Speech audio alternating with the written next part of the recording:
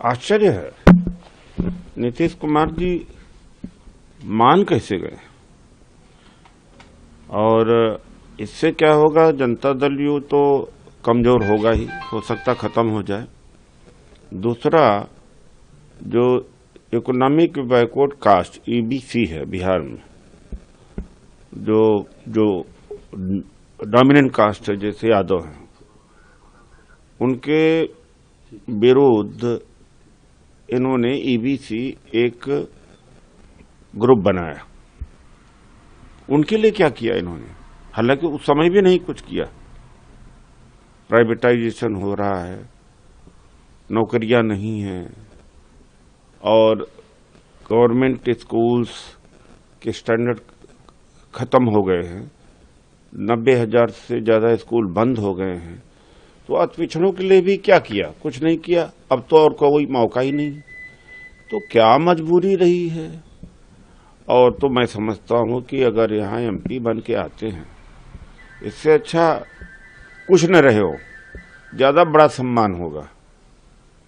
तो मुझे लगता है कोई या तो उनके मानसिक स्तर पर कोई गड़बड़ी है। एग्री कैसे हुए? और मैंडेट किसके नाम पर आया है?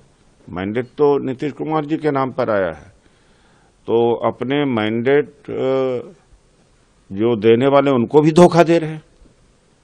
एक तरह से धोखा दिया।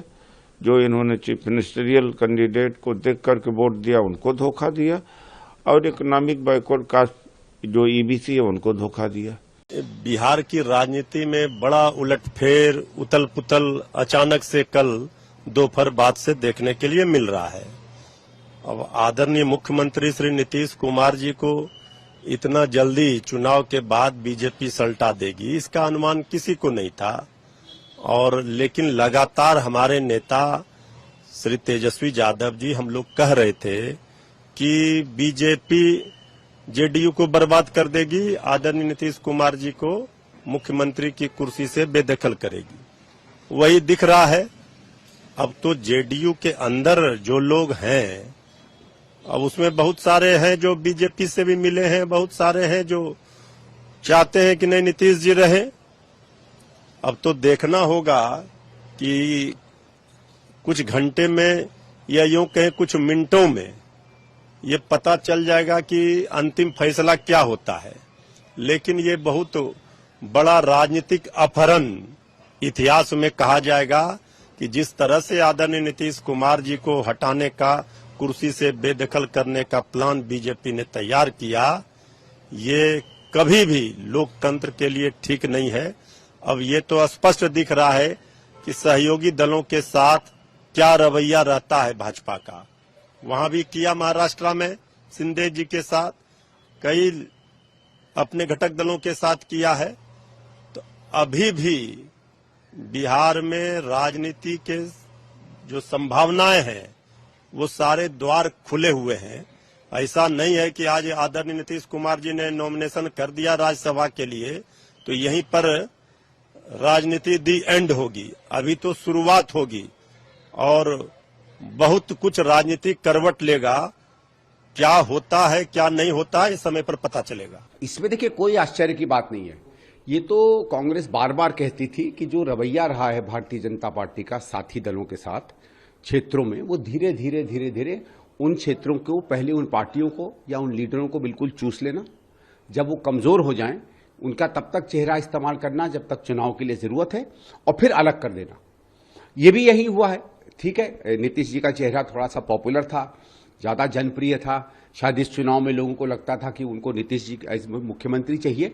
तो भारतीय जनता पार्टी ने ये सारी जो दूरगामी उनके प्लान थे, ये छोड़कर सिर्फ ये लोगों को बताया और एक तरीके से बिहार की जनता को छलाया कि आपको नीतीश ही मिलेगा मुख्यमंत्री, आप इन्हीं के लिए वोट करिए। और सत्य सामने निकल कर आ गया। ये तो पहले से ही प्लान बना होगा, ये कांग्रेस भी कह रही थी और भी कह रहे थे। लेकिन बात ये बन जाती है कि जो वायदे आपने किए, जिस चेहरे के साथ आप चुनाव लड़े, जो 5 साल के लिए जिसको वोट किया था बिहार की जनता ने, उस वायदे का, उनका उस भरोसे का क्या हुआ है? तो एक तो यही माने कि आपने चीटिंग करके वोट लिया, जो आप जानते थे पूरा नहीं हो सकता था, उसको आपने सामने रखकर बिहार की जनता को से वोट दिलवाया। क्योंकि मुझे पूरा विश्वास है जो कम से कम फील्ड से खबरें आ रही थी कि अंततः लोग नीतीश जी के चेहरे पर उस तरफ चले गए।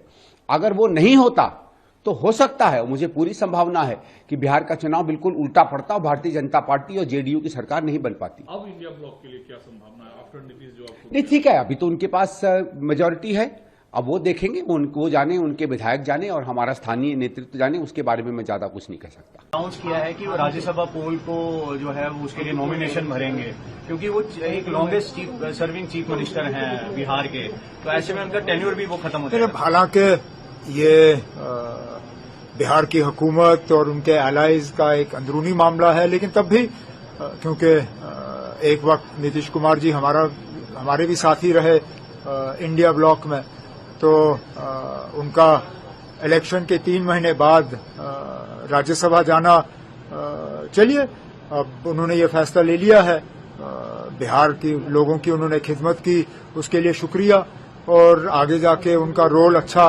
राज्यसभा में रहे उसके लिए बेस्ट विशेस। हमारे 3 साथी जो हैं राज्यसभा में हैं, उनसे कहूंगा कि बीच बीच में नीतीश कुमार जी को मिले। जैसे कि मैं सो रहा हूँ तो पिताजी को जगाना है मुझे, तो वो डायरेक्ट उठाने के बजाय, और हिंसा की परंपरा मेरे यहाँ नहीं थी सौभाग्य से, तो वो क्या करते थे कि उस कमरे में आ जाएंगे या बाहर से गुजरेंगे और चौपाई बोलेंगे, प्रात काल उठ गए रघुनाथा मात पिता गुरु नावई माता। कभी कभी मैं गुस्से में उठ करके अरे पापा चरण स्पर्श किया और सो गया, मैंने कहा अब मत उठाना।